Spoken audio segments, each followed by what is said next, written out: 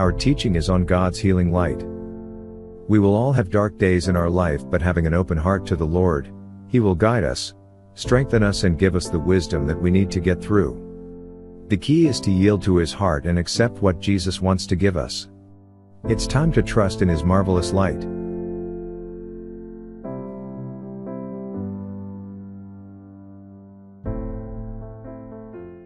So this talk is going to be geared toward getting your heart ready for a week from Sunday. This week is the Feast of the Ascension. After that, on Sunday, is Pentecost. But don't forget Saturday. Okay? We're doing that all-day retreat on Saturday at the Singing River Ranch. Okay, these are in the back there. All are welcome. You can bring your kids. It doesn't matter. We're going to do a couple of talks, and then there'll be time for prayer too. Okay?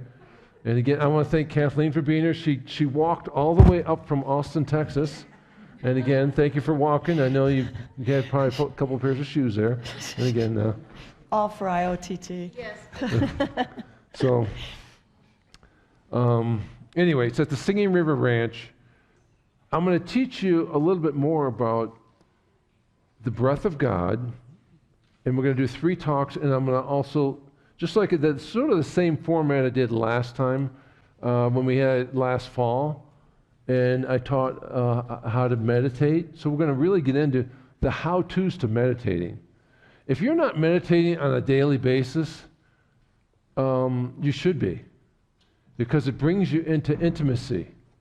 It brings you into that divine embrace. And again, so you can receive that love.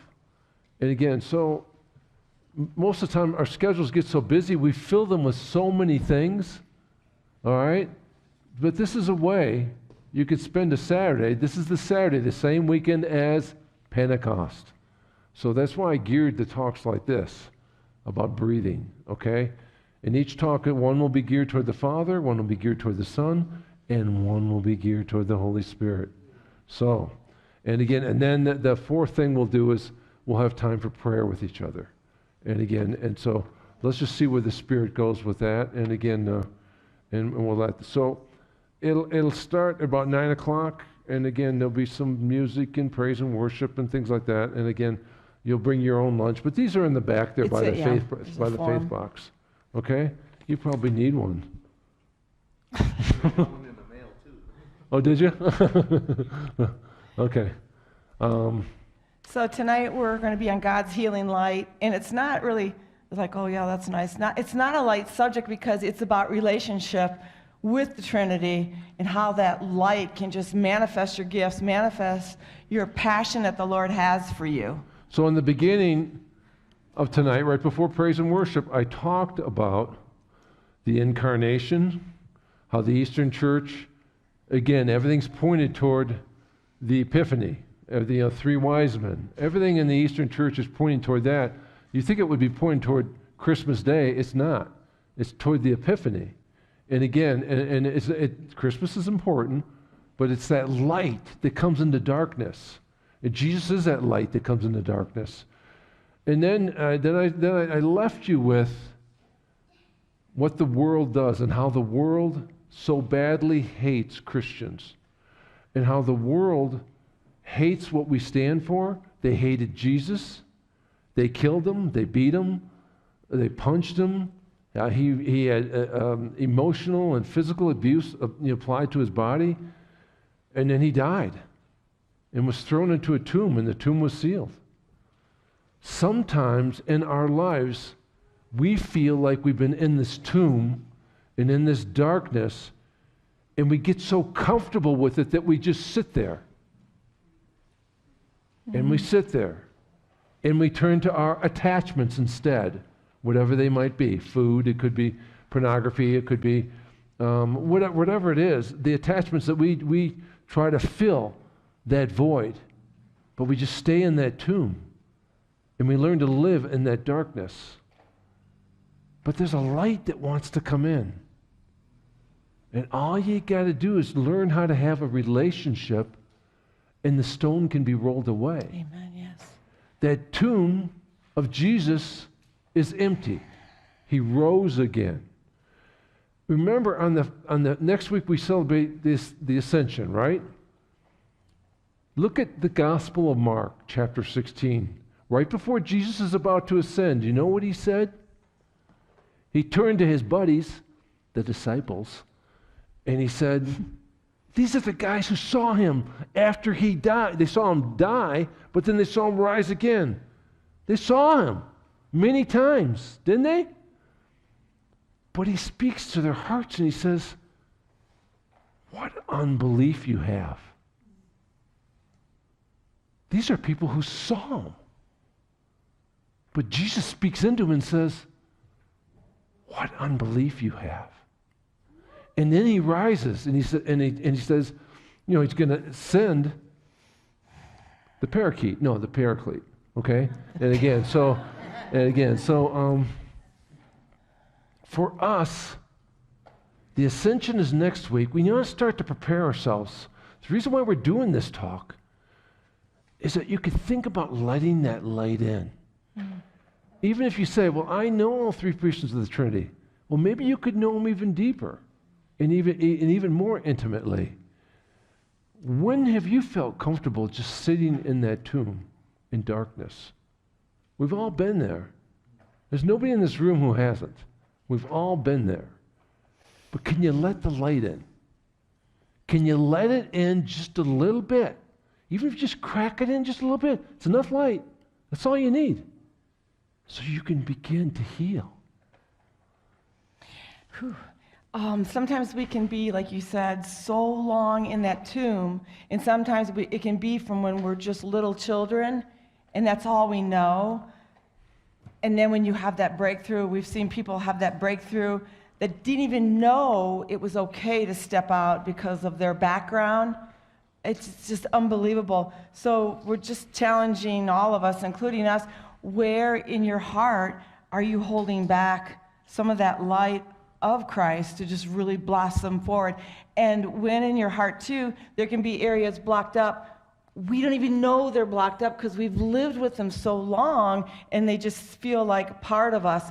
So that's when we really ask the Lord that we need his help to say, what are those areas I've been living that just seem totally normal but are not normal? So in just in the first chapter of the Bible, in Genesis, the Father, what's the first thing he did?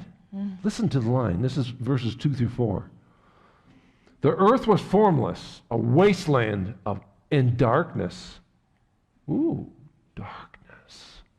The dark side. Covered the abyss, while the mighty wind swept over the waters. Then God said, let there be light.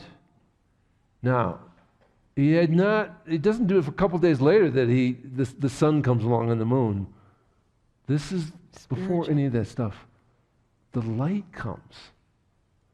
So he says, let there be light, and there was light. God saw how good the light was. God then separated the light from darkness. So this light, I told you what happened when I was sick in the hospital and how that light came into the room that first night. How it came into my room, I knew it was from heaven. There was no doubt in my mind. And then when I invited that light into my body, my whole body began to shake. I couldn't control it. It was just, for about at least 30 seconds, it just shook like I was having a seizure, but I wasn't having a seizure. The light was healing me. So the light wants to heal you. So the first thing God the Father does is say, hey, I want the light from my throne room. I want it to come into you. Into you. Into you. Into you. That's what he wants. He wants that healing light, a relationship to take place. It all begins with the light. So being a Christian, you are going to have ups and downs. It's not because I believe in the Holy Trinity, my life is going to be total joy. We all can experience grief and loneliness and disappointments and losses. And I mean, the list goes on and on and on. But what can make it different is when you have Jesus as the light to give you the wisdom to get through those. That's when you can conquer it. That's when you can break through. So in John 12, 4 through 6, it says, I came into the world as light. This is Jesus. So that everyone who believes in me might not remain in darkness. Remember, who is the groom? You're the bride, okay? Again, so think of it in a spiritual sense. You want to be the bride to receive that light, to get impregnated with that light that heals emotionally, physically, and spiritually. But you got to want that relationship with the groom. You got to want that intimacy and not be afraid of it. You know, doing chaplaincy and stuff and seeing people who just never embrace that spiritual walk, never embrace the light, never embrace the relationship. And then you're with them and you got like a few hours before they're going to pass, and some are coherent. And I just remember one guy, he reminded me of Jack Nicholson. He looked just like him. He was in bed, and he had all these pictures of all these sports cars and stuff. And I went in there, and he's like, you can get out of here now. I mean, it was like, I could have been rejected, but my heart felt so sad for him because there was no hope. He lived in a worldly world. There was no spiritual background, and then he was going to pass. And he died within a few hours, and I'm just like, oh my gosh, what a waste. And God's got to do his work, and he's got to do, he's going to have to do double time in the afterlife with trying to figure it all out. And then you see the most beautiful deaths. They embrace the Trinity, they embrace the Lord, and you're almost like it's an honor to be in that room. It's such a holy atmosphere, and it's beautiful. It's not like despair or anything, and then they have a peaceful expression on their face, and they pass, and you're like, oh my gosh, I can't believe I was just in that room to see that. It was such an honor. And you look at darkness to light. I want to be in the light. I don't want to waste any time. And if my mission here on earth is just to spread the light, even if it's just to one person, I feel like my life would be worth it. And to just challenge all of you, boy, any dark areas, they're just dragging you down, tonight, just really ask the Lord. It's just surrendering. I want that light into my heart. I'm done with any darkness, and just put it in there. So in 1 Peter 2:9, that you may declare the wonderful deeds of him who calls you out of darkness into his marvelous light. I love that word, marvelous light. You get people who have died and come back. And what do they see? They see the marvelous light. They see that everyone comes back. It's like, oh my gosh, the marvelous light. So we're going to go over some things that light actually does. So if God creates this light, it must be doing something special. So light is an electromagnetic wave, okay? There's different levels of it.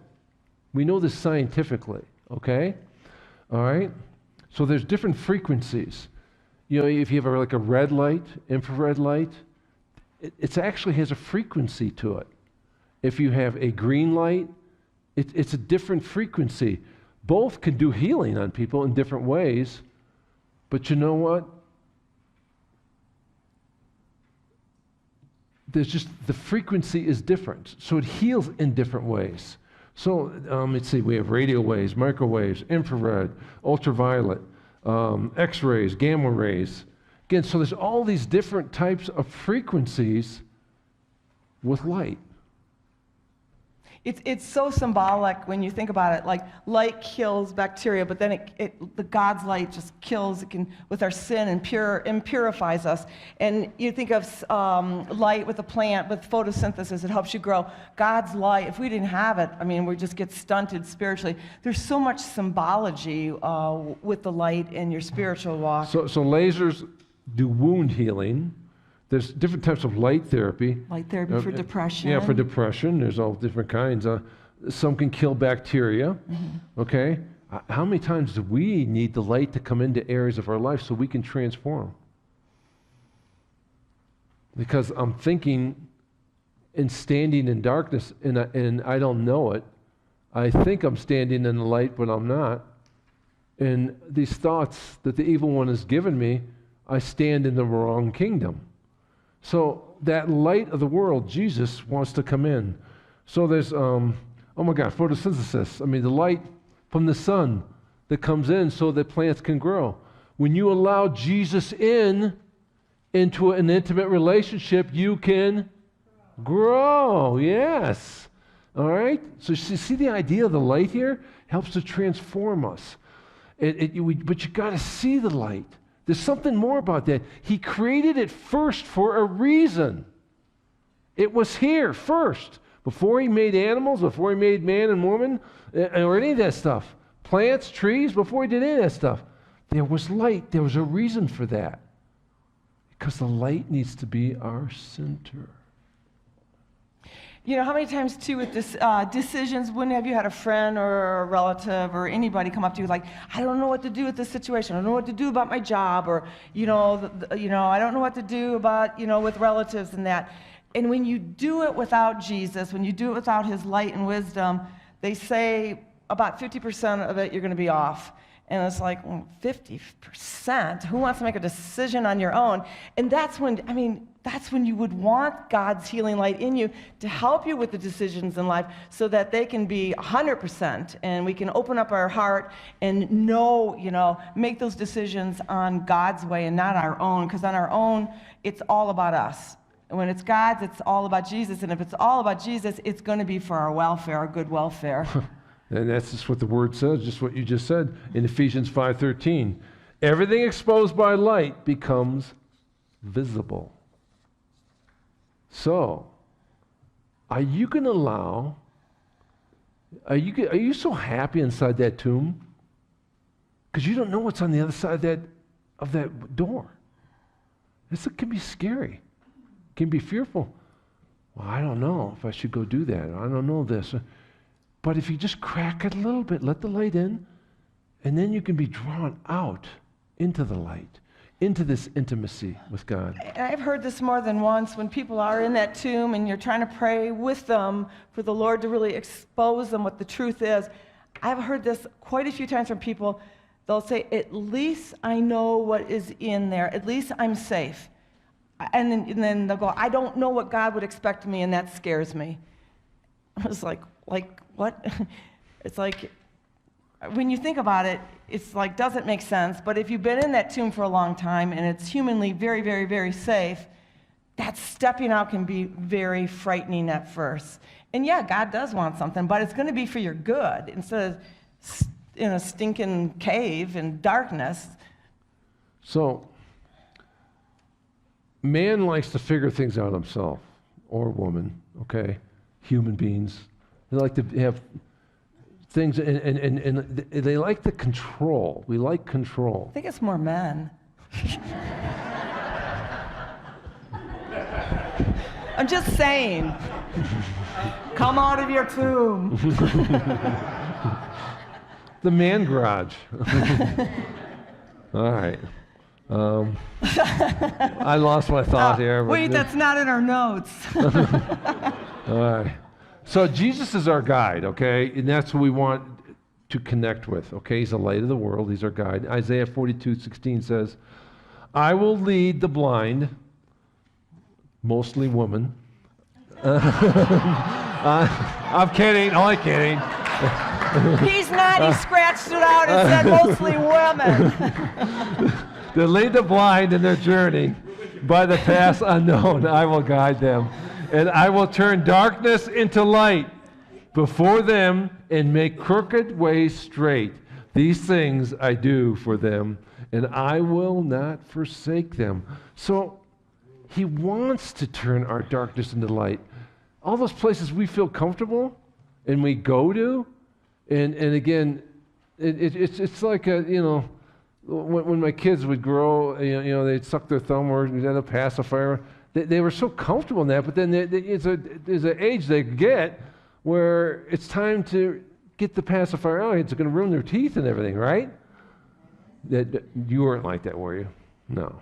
She doesn't know. Anyway, so but sometimes we get so comfortable, it's like that, and we're adults with a pacifier, and we like to stay in that darkness. And so we want to get to know this Jesus. And then the worst is guilt and shame, because that has strong strength on you to keep you in the darkness because of that shame aspect. And then you'll come across and play a different person because you think you're hiding that shame and guilt from everybody else. And you might be from the human eyes, but God's like, what are you doing here? Because he wants to forgive you. He wants you to break out of that, because nothing is so shameful or nothing is so horrible that God can't to forgive. So you can be who you are. You can be the real you and not have to do this person that you don't even like. So pride and ego, they're afraid you might get caught. And so pride and ego come up with all these little things on why you should do things. It's okay to stay in that cave. It's okay to leave the door closed. Darkness is okay. It's okay to stay there. And again, our ego and pride will tell us things like that because it's trying to protect basically ourselves, but it's trying to keep the false self there that Paul talks about.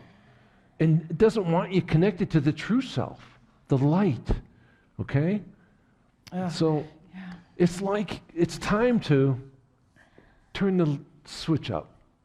Turn the lights on. It's time to turn the lights on and to be in a relationship. Something just sad. I thought of it. This one person, he had lived a dark life. He was a really bad alcoholic.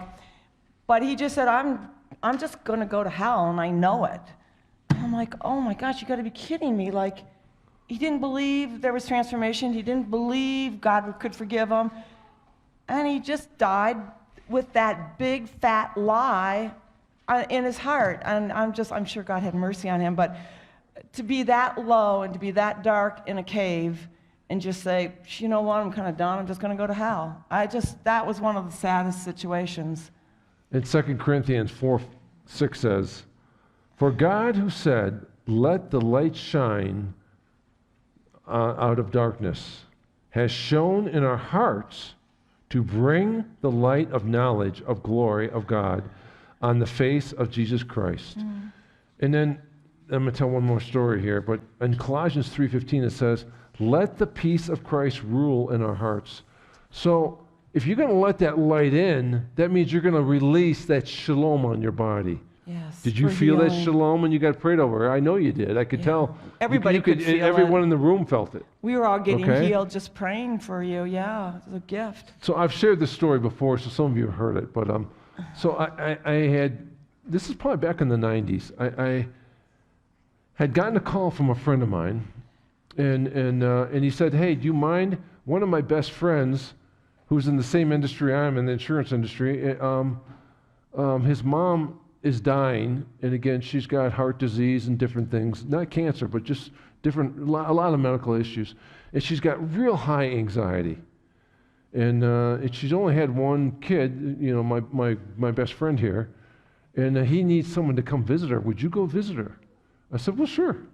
So I went and visited her, and oh my God, the anxiety on a 0 to 10, she was a 12. I mean, such high anxiety. So the story I'm about to tell you is she let me know right away. She said, the only one who knows this story is myself, the Catholic priest, and the person who did it to me. Okay? And now all you guys, so, she's passed. All right, so she's long since passed. But again, so this is what happened. In World War II, her husband went off to war. And she had an affair and got pregnant. And back then, it was back alley abortions were the only thing to do. And she said, I got to take care of my marriage. So she went and had an abortion. And as soon as she was done with it and healed up a little bit, she went to her priest and she confessed it. And then right after she was done confessing it, she just turned to him and she said, this is the last day I'll ever step into a Catholic church. And I will never step into one again. And again, because of what shame I have felt here. And again, so guess what she got? High anxiety after that. Her son never knew why she had high anxiety. She told me the very first visit why she had high anxiety. So I'm praying while I'm listening to this story, and I'm going, oh my God, this woman hates herself. She's gone to some other Christian churches along the way, never felt comfortable with any of them or relationship with God. So intuitively, I'm just asking the Lord, what do you want me to do here? And I heard, just do a meditation with her. And so I did a meditation, and I actually did the one where the last chapter of John, when Jesus is on the beach, and then he yells out because they're going to their old way of life, and he yells out, throw your nets over the other side. Remember, Peter, he's thinking that Jesus could never forgive him because he denied him not once, not twice, but 3 times. And humanly, he's thinking, I denied my best friend here 3 times, and how could he ever forgive me? Well, she, after that, had a hard time. Anyway, I did that meditation with her. Afterwards, you should have seen the look on her face. I have never felt the presence of God like that. Oh. And I said, well, I'm going to come back in a couple days. And I came back, and a couple days later, and because they had given her the life expectancy of 3 to 6 weeks, because her heart was really bad with congestive heart failure and stuff. And then after about 3 visits, she just said, she goes, I want to reconcile with the Catholic Church. I want to receive communion. I said, well, yeah, we can do that, but you really first need to go to confession. I've already confessed with you. Well, I can't give you absolution. I've heard a lot of confessions, okay? In 33 years, I've heard a lot, okay? Given spiritual direction, and I've heard a lot, trust me. And again, but I can't give absolution. So isn't it interesting how God works? So her health began to decline the next day, and she ended up at St. Anthony's Hospital. So I knew the chaplain there, and I called the chaplain, the priest, and I just said, I explained the situation to him. And then I went to visit her, and pardon me, I first went and visited her, and she's saying, I want to receive. And I said, well, first I want you to go and give a life confession. And I told her how to do it. And she said, okay, I'll do that. And I said, I'm going to go talk to a friend of mine who's a priest here, and I'm going to have him come down. Well, he did, and then she received the sacrament of reconciliation. And then about 2 days later, she came home. And then the son calls me. He goes, boy, Mom, within 24 hours after coming home, she's lapsed into a coma because I was supposed to come visit her that day. He goes, oh, don't even bother coming. I said, oh. No way. See, I realized that when people are in a coma, it's the best time because then they have no defenses, okay? All right? So I could speak right into their subconscious, and I can speak right into the Christ within them, and we could actually get some healing done here. So all that control, all that time when I feel so comfortable in the tomb, not now. I have access to their hearts. And doing a meditation.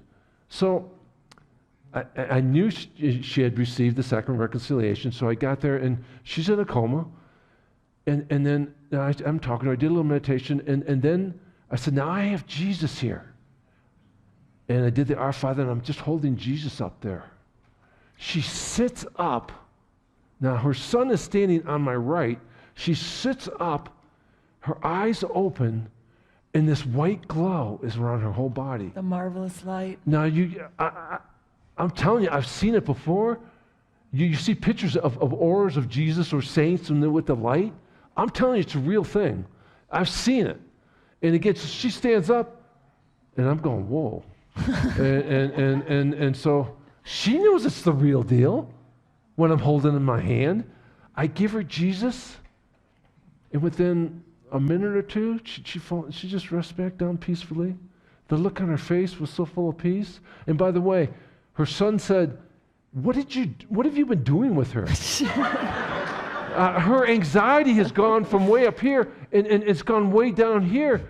I mean, over the weeks that you've been visiting her, what have you been doing? And I just said, well, I don't know, I'm just teaching her about Jesus. And again, so anyway, she lays down, and within a couple of minutes, she just takes her last breath and dies. In the arms of the King of Kings, the Prince of Peace, and the the marvelous light of the world. Amen. In His arms. I want to go that way. What more beautiful thing could you ask for? That anxiety was gone. She gets to rest in that light. I love But it. she needed to work on some things that were holding her in that tomb. Yeah. We do too. So take a deep breath here. That's good breath. What's our tomb?